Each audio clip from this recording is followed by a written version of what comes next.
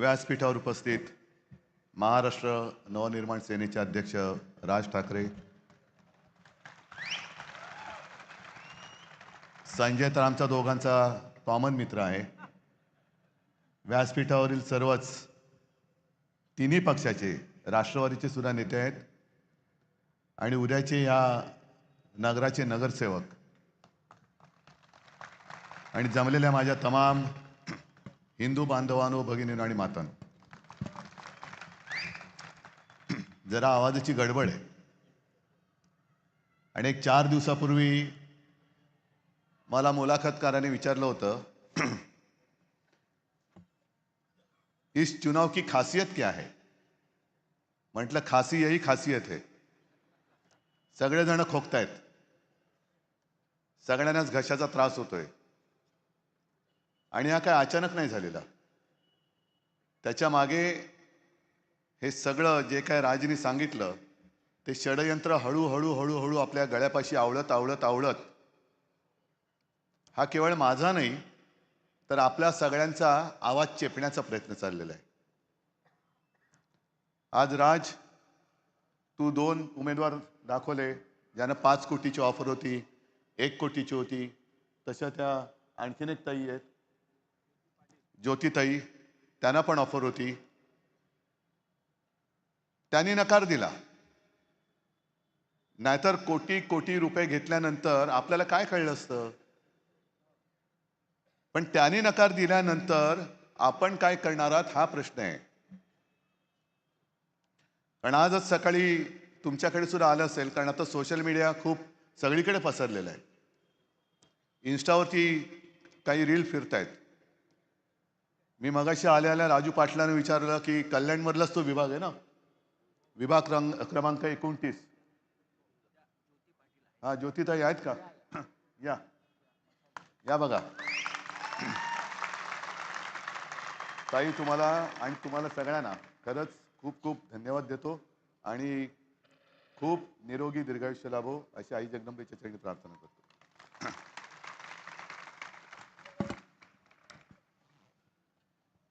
प्रभाग क्रमांक 29 हे सगळं मी फोनवरती पाहिलं. घराघरामध्ये पाकिटं जात आहेत, पैशाची पाकिटं. आणि हीच आता निवडणूक संपली आहे, नेमणुका सुरू झालेल्या आहेत. आणि आम्हाला किंवा तुम्हाला असं वाटत असेल की आपण मतदान करतोय म्हणजे आपलं सरकार निवडतोय, मला असं वाटतं की ही कदाचित शेवटची निवडणूक असेल. कारण याच्या पुढे आता देशाचे पंतप्रधान देश चालवतील असं वाटत नाही, राज्याचे मुख्यमंत्री राज्य चालवतील असं वाटत नाही. कोण चालवेल देश, कोण चालवेल राज्य? आणि आपण बसा बोंबलत, महापौर कोण होणार? मला एक गोष्ट कळत नाही, म्हणजे आम्ही 2 भाऊ 20 वर्षांनी एकत्र आलो.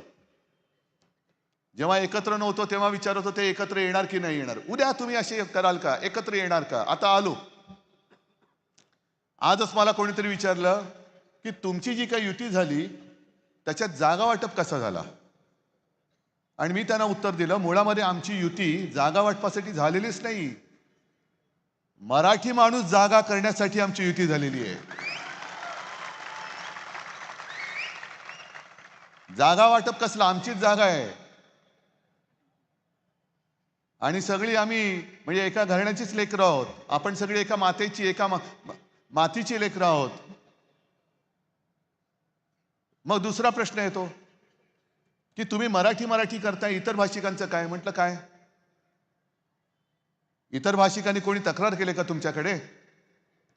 आमचा विरोध दुसऱ्या भाषिकाने किंवा भाषेला नाहीये, पण आमच्यावरती जो दादागिरी करतोय, आमच्या घरात घुसून त्याला त्याच भाषेत उत्तर नाही दिलं तर कशाला छत्रपतींचं नाव घ्यायचं?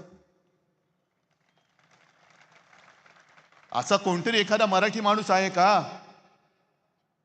की कोण तो राज तू बोलला तो मलई का कोण कलई, त्याच्या तिकडे जाऊन बोलेल की या शहराचा या राज्याशी संबंध नाही?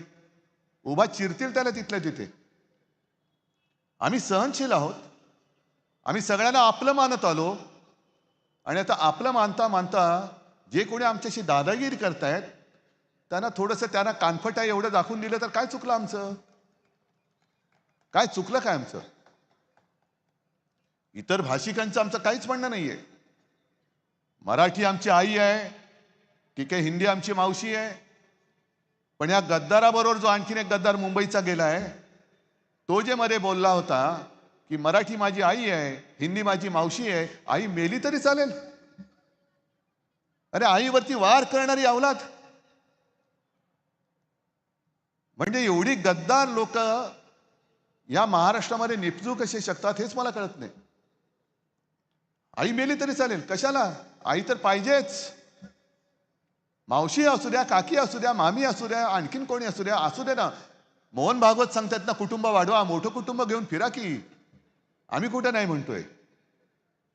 करा मोठं कुटुंब, सुखी कुटुंब. त्याच्यातले नोकऱ्या किती जणांना लावणार हे भागवतांनी सांगावं. का नुसती बेकारांची फौज तयार करणार हिंदुस्थानामध्ये?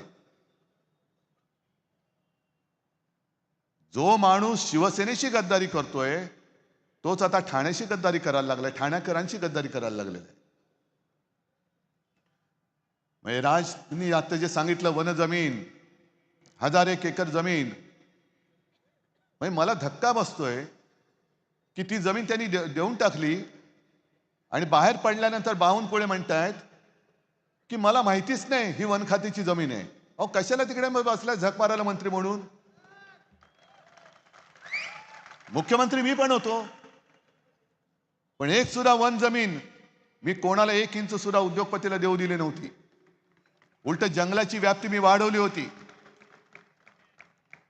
माझ्या काळामध्ये जेवढं जंगलाचं काम झालं, जंगलं वाढवली, तेवढी मला नाही वाटत ह्या आधी कोणी केले असतील. कोणीच केलं नसेल. आणि गणेश नाईकांना मला सांगायचंय, कारण त्यांनी कसं आहे, ते शेवटी माणूस आहे. त्यांनी मध्ये एक ऑर्डर काढली बिबट्याना, शूट ॲट साईट. कारण बिबट्या आता मानवी वस्तीत घुसायला लागले. नाही घुसता कामा, बरोबर आहे, पण बिबटे जर का मानवी वस्तीत दिसले तर शूट ॲट साईट. मग माणूस जर बिबट्याच्या वस्तीत दिसला तर काय? मग काय करायचं? आणि ज्या उद्योजकांसाठी, विकासकांसाठी जंगलाची जमीन जो कोणी सही करून त्यांना आंदण देत असेल, त्या सही करणाऱ्याला Ganesh Naik shoot at sight करणार आहेत का? जो सही करेल त्याला गोळ्या घाला. जो जंगल उद्योगपतीला देईल, जो त्याच्यावर सही करेल त्याला गोळ्या घाला. असं काम वनमंत्री गणेश नाईक करून दाखवणार आहेत का? हिंमत आहे का त्यांच्यामध्ये? बाकी सगळं ठीक आहे. ही जी काय खेचाखेची सुरू आहे, कशासाठी खेचताय?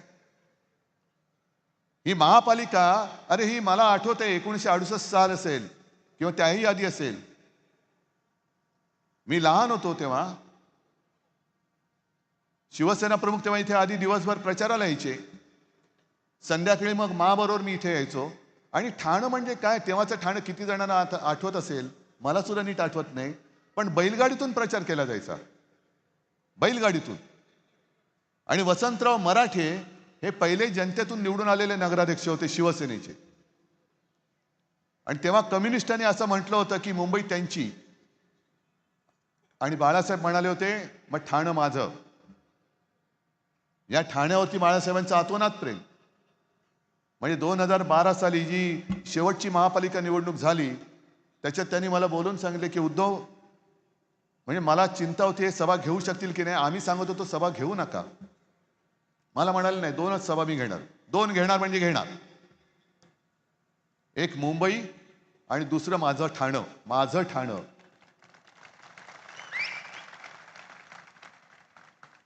हे एवढं प्रेम बाळासाहेबांचं तुमच्यावरती. आणि मला आजही आठवतंय, आता विकासकाच्या गोष्टी किंवा विकासाच्या गोष्टी या अनेक होत आहेत. तेव्हाची गरज काय होती? अशीच कुठेतरी सभा होती, गावदेवी मैदान असेल, देवज आणि कुठलं, कारण मी लहान होतो.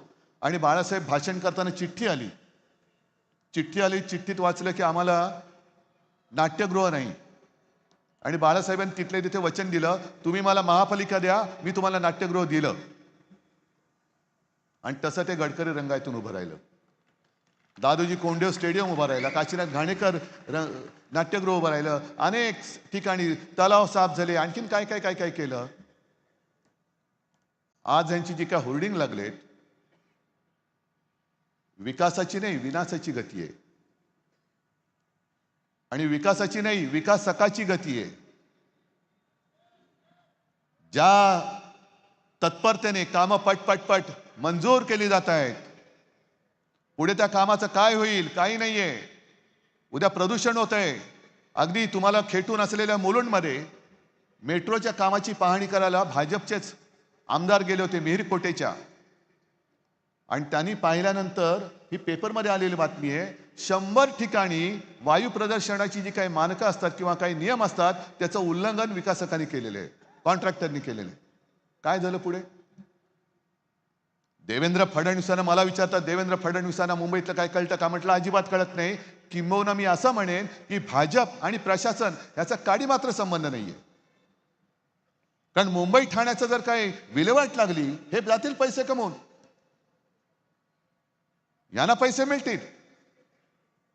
पण तिकडे मुंबईमध्ये आज श्वास घेताना एवढा त्रास होतो, अनेक सिगरेटी ओढल्याचं सगळे जे काही प्रदूषण आहे ते नुसतं श्वास घेतल्यानंतर फुफ्फुसात जाते.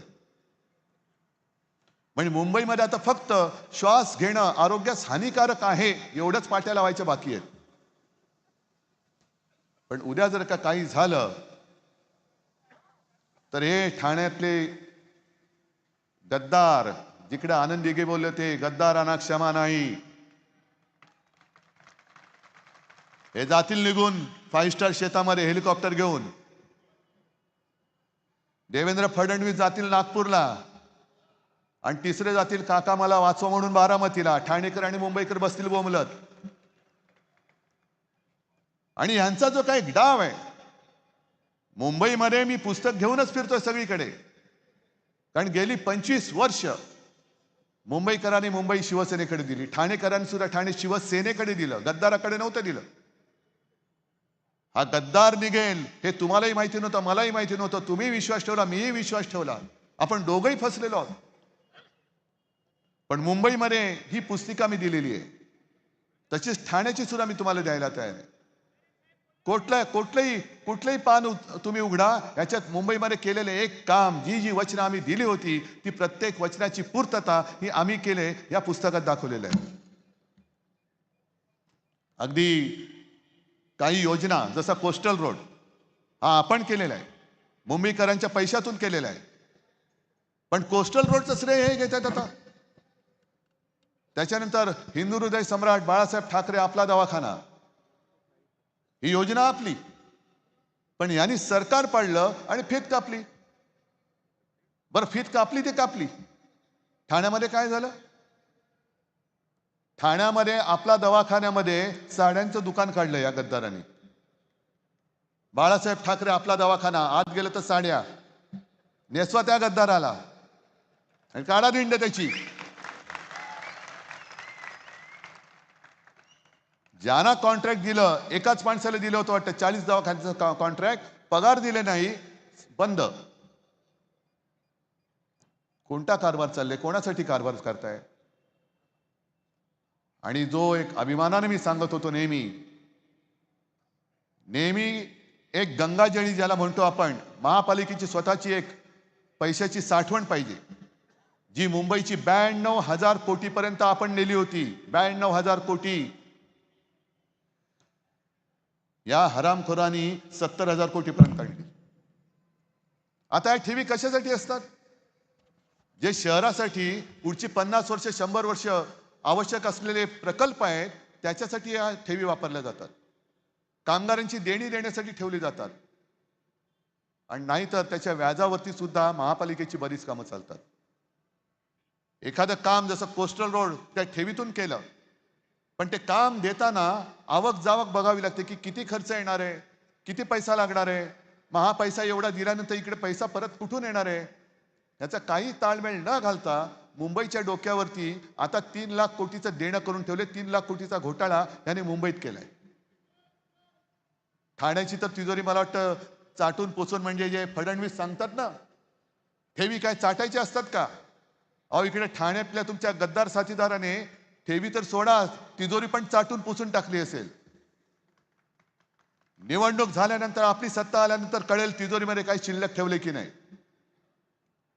नव्या मुंबईची तिजोरी त्यांनी खाली केलेली आहे, ठाण्याची तिजोरी खाली केली आहे. आणि काही महिन्यांपूर्वी तुम्हाला आठवत असेल, नरेंद्र मोदी मुंबईत आले होते आणि त्यांनी भाषण केलं होतं, बैंक में पैसा रख कर विकास नहीं होता है जी. मग एफडीची जी संकल्पना आहे ही मोडीत का नाही काढत? का सगळे जे चाकरमानी आहेत, जे नोकरी करतात, पगार मिळवतात आणि त्यातनं काही पैसे वाचून फिक्स डिपॉझिटमध्ये ठेवतात भविष्यासाठी, कशासाठी ठेवतात? का नाही त्याने सांगत की उधर पैसा रखकर कुछ होता नहीं जी, तुम्ही काय देणार आहात पैसे? पण मोदींचं जे एक षडयंत्र आहे, एक तर संपूर्ण कारभार नासून टाकलेला आहे. देश संपूर्णपणे अदानीच्या हातामध्ये द्यायचा, महापालिका पूर्णपणे भिकारी करून टाकायच्या. महापालिकेचे जे काय नेहमीचे येणारे स्रोत होते ते सगळे आज केंद्राच्या हातात गेले. मुंबई, ठाणे, महाराष्ट्रातले सगळे उद्योग हे गुजरातला नेलेले आहेत. आणि मग मुंबई महापालिका भिकारी करायची, ठाणा भिकारी करायची, नवी मुंबई भिकारी करायची. पूर्वी ऑक्ट्रायच्या निमित्ताने जो थेट पैसा महापालिकेच्या तिजोरीत यायचा, तोही आता बंद झालाय. आता जीएसटी थेट जातो दिल्लीत. आणि मी मुख्यमंत्री होतो तेव्हा दर वेळेला चौकशी करायचो, किमान 20 ते 25 हजार कोटी रुपये हे दिल्लीतनं येणं बाकी असायचं, किमान 20 ते 25 हजार कोटी. मग प्रत्येक वेळेला आम्हाला त्यांना सांगावं लागायचं की अहो, आमच्या हक्काचे पैसे आम्हाला द्या. मग ते पैसे तिकडनं आल्यानंतर महापालिकेला पैसे द्यायचे, मग महापालिका ही नागरिकांच्या सेवा सुविधांसाठी ते पैसे वापरणार. याचा अर्थ स्पष्ट आहे की महापालिकांच्या तिजोऱ्या खणून काढायच्या, खणून. पूर्वी छत्रपती शिवाजी महाराजांनी स्वराज्यासाठी सुरत लुटली होती, आता हे दोन सुरतवाले छत्रपतींचा महाराष्ट्र लुटतायत. जेवढा इंग्रजांनी आपल्याला लुटलं नव्हतं, तेवढे भाजपवाले आपल्याला लुटतायत. आणि मग पूर्ण यंत्रणा मारून टाकल्यानंतर रोज उठून सगळ्या महापालिका, सगळी राज्य ही मोदींच्या दाराशी भिकेचा कटोरा घेऊन उभी राहिली पाहिजेत. आणि ते देतील तेवढे तुकडे घेऊन जायचं, वरती आवाज नाही करायचा. हे असं आपल्याला आयुष्य पाहिजे? आज ज्या काही निवडणुका चाललेल्या आहेत, साध्या साध्या नगरसेवक पदासाठी तुम्ही करोडो रुपये वाटताय. मग जर समजा 5 कोटी रुपये यांनी घेतले नाहीत, पण अनेकांनी दुसऱ्यांनी घेतले नसतील, कशावरून? आणि पूर्ण राज्यभरात 29 महापालिका आहेत, असा कोटी एक एक कोटी, किती कोटींचा पाडा म्हणायचा तुम्ही म्हणा. तो म्हटल्यानंतर तो दिलेला पैसा हा कोणाच्या खिशातून काढणार? म्हणजे खिशात तुमच्याच हात घालणार आहेत. आणि जर तुमच्या खिशात हात घालणार नसतील तर मग हा काय ड्रग्सचा पैसा आहे का? साताऱ्यामध्ये जी एका ड्रग्सच्या फॅक्टरीवरती धाड पडली, सुषमाताईंनी त्याचं सगळं बिंग फोडलं होतं, पण काही नाही. देवेंद्र फडणवीस, मी म्हणेन एवढं कोडगं सरकार आजपर्यंत महाराष्ट्राला कधी लाभलं नव्हतं. कोडगे आहेत सगळे, निर्लज्ज आहेत. विधिमंडळामध्ये सुद्धा शिवसेनेच्या आमदारांनी पुराव्यानिशी प्रकरणे त्याने दिली. कोणाचे डान्स बार आहेत, कोणाच्या काय अवैध खाणी आहेत, काही नाही. Clean chit, clean chit. आणि आम्ही काही जर का केलं तर बोंबा बोंब, आम्ही करतच नाही, पण बदनाम करून टाकायचं. म्हणून काल जे मी म्हटलं त्याच्या आधी म्हटलं होतं की पूर्वीचा भाजप होता तो आता मेला आहे. मी हे स्पष्ट सांगतोय, कारण पोपट मेला आहे कोणतरी सांगण्याचं धाडस करायला पाहिजे, ते मी करतोय. पूर्वीचा भाजप मेला आहे. कारण पूर्वीच्या भाजपामध्ये राष्ट्र प्रथम होतं. आत्ताचा भाजप हा चोर प्रथम, भ्रष्टाचारी प्रथम, गुंड प्रथम. तुमच्या ठाण्यातला एक तो गुंड, काय त्याचं नाव, त्याला वर्ण आधी अडवलं होतं, त्याच्यानंतर घेतलं त्याला. म्हणजे भाजपचं कसं झालेलं आहे की आधी करायचं, म्हणजे आता ही वनजमीन दिली, त्याच्यानंतर त्या तुषार आपटेला स्वीकृत नगरसेवक केलं, आणखीन कोणी मग काहीतरी केलं. मग त्या पालघरच्या साधू हत्याकांडात ज्याच्यावरती आरोप केले त्याला पक्षात घेतलं. आणि मग लोकांनी म्हणजे आधी कपडे काढायचे, स्वतःच कपडे काढणार आणि लोक असली तर पुन्हा निर्लज्जपणे कपडे काढणार. पण मधल्या काळात काढले होतेच ना कपडे, पाहिले ना लोकांनी. पूर्वी ती एक पेनची जाहिरात होती ना, सब कुछ दिखता है, तसं भाजपचं चाललेलं आहे. अगदी कोडगेपणाने लोकांची मनं वगैरे या कल्याण डोंबिवलीमध्ये सुद्धा जनसुनावणी झाली. अदानी सिमेंटचा प्लांट टाकतोय ना, अदानी सिमेंटचा प्लांट कल्याण डोंबिवलीमध्ये. प्रदूषण होणार आहे. आज बऱ्याच दिवसांनंतर माझ्या वेळेला एकदा झालं होतं आणि तेव्हा मी त्या प्रदूषण करणाऱ्या फॅक्टरीना टाळं लावायला सांगितलं होतं. मला आधी सूचना दिली कोणीतरी, कारण सगळे कसे जपून जपून असतात. मी गेलो तिकडे, गुलाबी रस्ता, म्हणजे त्याच्यावर सुद्धा आता गाणं येईल, गुलाबी रस्ता आणि बाकी काय छान छान म्हणून. गुलाबी रस्ता झालेला. मी गेलो, खरंच गुलाबी. म्हटले कसं काय झालं? कारण मोदी आहे तो मुमकिन आहे. रस्ता गुलाबी पण होऊ शकतो, गुलाबी आणखीन काही होऊ शकतं. मोदी आहे तो मुमकिन आहे. आणि मला मग मी विचारलं याच्यावर उपाय काय? मग मला अधिकाऱ्यांनी सांगितलं की साहेब आपण असं करू, यांना सांगू 6 महिन्यामध्ये तुम्ही ज्या गोष्टींमुळे प्रदूषण होतंय ते प्रदूषण होऊ न देणारी उपकरणं लावा, नाहीतर आम्ही तुम्हाला बंद करू. म्हटलं नाही, तसं नाही करायचं. त्यांना सांगायचं आधी तुमच्या कारखान्याला मी टाळं लावतोय, तुम्ही ताबडतोब ती उपकरणं लावा. 6 मिनिटात लावा, 6 तासात लावा, 6 महिन्यात लावा, 6 वर्षात लावा, नाही तर नका लावू. पण जोपर्यंत तुम्ही लावत नाही तोपर्यंत तुमचं टाळं मी उघडत नाही. मग पुढे काय झालं माहिती नाही, परत गुलाबी रस्ता, गुलाबी रस्ता आणि पैसे छान छान. हा कसा चालणार कारभार? आज ज्या गोष्टी आम्ही तुमच्यासाठी केल्या ह्या तुमच्या समोर आहेत. वचननामा सुद्धा आम्ही तुमच्या समोर दिलेला आहे. आणि ठाणेकरांना मला विचारायचंय, आम्ही 2 भाऊ कशासाठी एकत्र आलो? जर उमेदवाराला 5 कोटीची ऑफर होत असेल तर आम्हाला कितीची ऑफर होऊ शकते? का म्हणून आम्ही रक्त आटवायचं? का म्हणून आम्ही यांच्या समोर उभं राहायचं? पण आमच्यातलं जे रक्त आहे, ठाकरे रक्त, हे आम्हाला गप्प नाही बसू देत. ज्या प्रबोधनकार ठाकरेंनी संयुक्त महाराष्ट्राच्या चळवळीमध्ये नेतृत्व केलं होतं, त्यांचे आम्ही नातवंड आहोत. आम्ही त्यांचे लाड जरूर करू.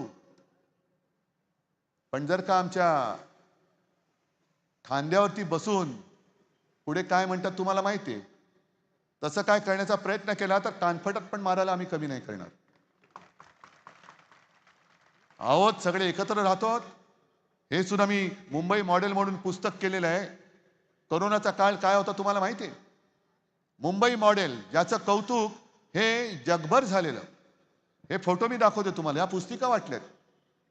म्हणजे एका गोष्टीचं समाधान आहे की चीनने 15 दिवसामध्ये फील्ड हॉस्पिटल बांधलेलं. आपण मुंबईमध्ये 18 दिवसामध्ये त्याच तोडीचं किंवा त्याहून जास्त उजवं हे फील्ड हॉस्पिटल मुंबईमध्ये आपण बांधून दाखवलं होतं.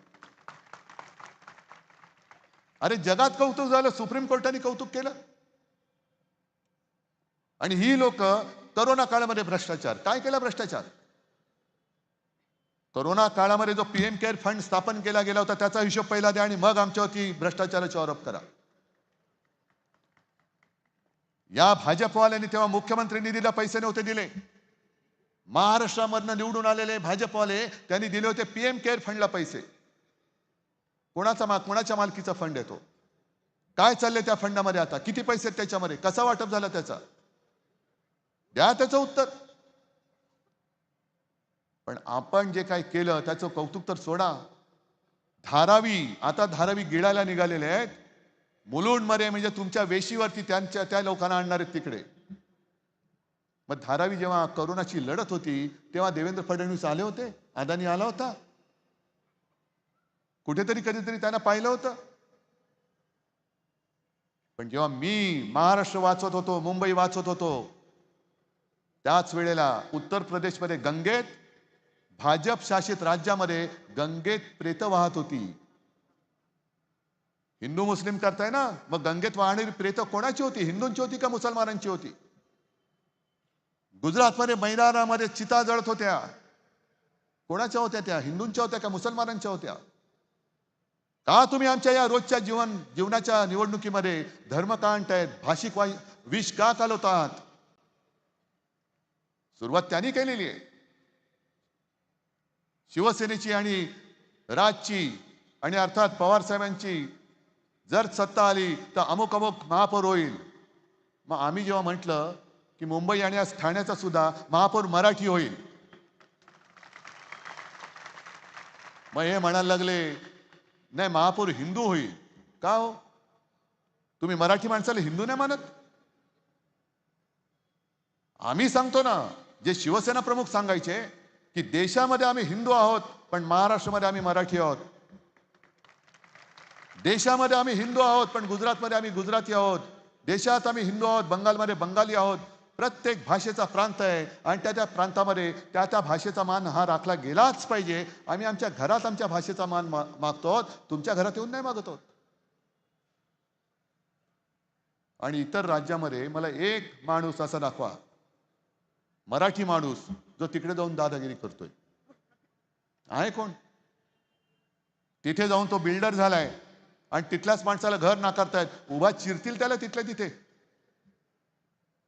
आमचं भांडण फक्त न्याय हक्कासाठी आहे. आम्ही ही सगळी कोरोना काळामध्ये जी कामं केलेत याच्यामध्ये सर्व भाषिकांची, सर्व अगदी मुसलमान सुद्धा त्याच्यामध्ये होते, त्यांना सुद्धा उपचार केलेले आहेत. ख्रिश्चन सुद्धा होते, त्यांचे सुद्धा उपचार केलेत.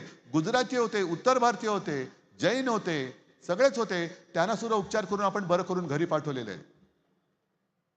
जी कामं आपण ठाण्यात केली, मुंबईत केली, कोस्टल रोड केला, त्या कोस्टल रोडवरनं सगळेच जातात ना, सगळे धर्मीय जातात, सगळे भाषिक जातात. आणि विशेष म्हणजे तो कोस्टल रोड हा टोल फ्री आहे. गडकरींसारखा टोलवाला नाहीये तो. मुंबई गोवा रस्ता 200 वर्ष खड्डा पडणार नाही. अरे 200 वर्ष तो होणार की नाही हे आम्हाला कळत नाही अजून. किती वर्ष चालू आहे चालू आहे चालू आहे. तर ही निवडणूक ही ठाकरे बंधूंची नाहीये.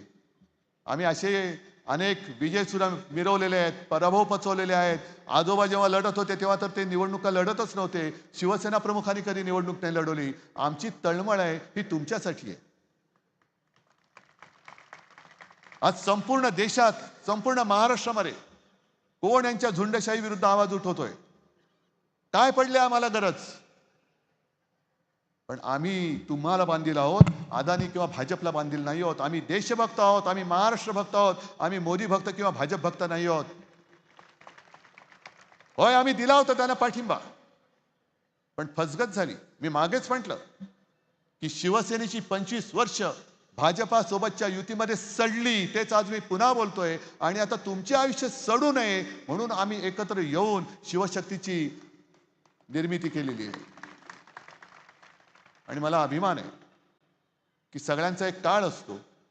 काही वेळेला डोळ्यावरती पडदे असतात, काही वेळेला आपल्याला असं वाटतं की अरे हा बरोबर आहे, नंतर कळतं अरे हा तर बरोबर नाही, हा तर भयानक आहे, बकासूर आहे, भस्मासूर आहे.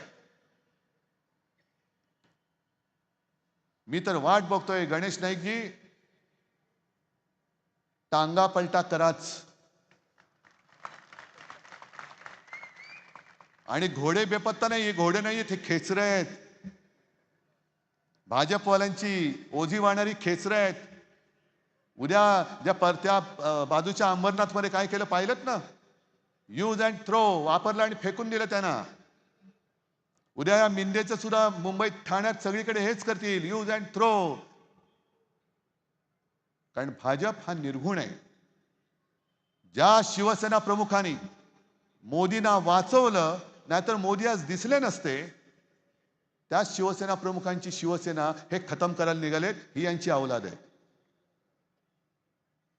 ज्या शिवसेना प्रमुखांनी देशाच्या आणि महाराष्ट्राच्या राजकारणामध्ये भाजपला 2 घास खाऊ घातले, ते जर का खाऊ घातले नसते तर भाजप देशाच्या राजकारणात कुपोषणाचा पहिला बळी ठरला असता, मेला असता तेव्हा. त्याच्यामुळे भाजप कोणाचा नाहीये, गद्दार कोणाचे नाहीये. इथे राहणारो तुम्ही आणि आम्ही. आपली बांधिलकी या मातीशी आहे, त्या मातीला जागा तुम्ही. हे असे गद्दार येतील आणि जातील, पण तुमच्यासाठी लढणारे कोणी येणार नाही. आज आम्ही दोघं उभे आहोत. आज जर का चुकलात तर उद्या म्हणतील लोक, अरे कशासाठी यांच्यासाठी लढायचं, का लढू आम्ही. पण आम्ही हिंमत हारणारे नाही आहोत. ही आज एवढी तोबा गर्दी इकडे दिसते, ही पैसे न देता किंवा पैसे न घेता आलेले लोक आहेत.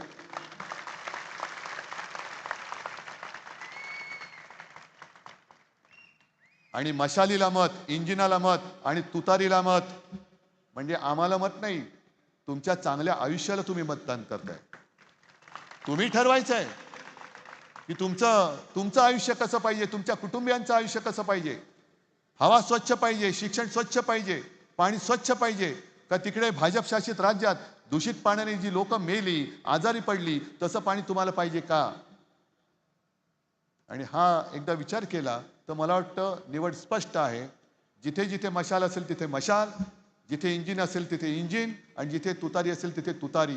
तिसरा झाल्यानंतर चौथा विचार नाही. एवढी स्पष्ट स्वतःच्या आयुष्याची दिशा ठरवणारी निवडणूक आहे. त्याच्यामुळे ती दिशा ही तुम्हीच ठरवायची. तुम्ही एकदा ठरवल्यानंतर पुढची सगळी वचनं पाळण्याची जबाबदारी ही आमच्या दोन भावांची.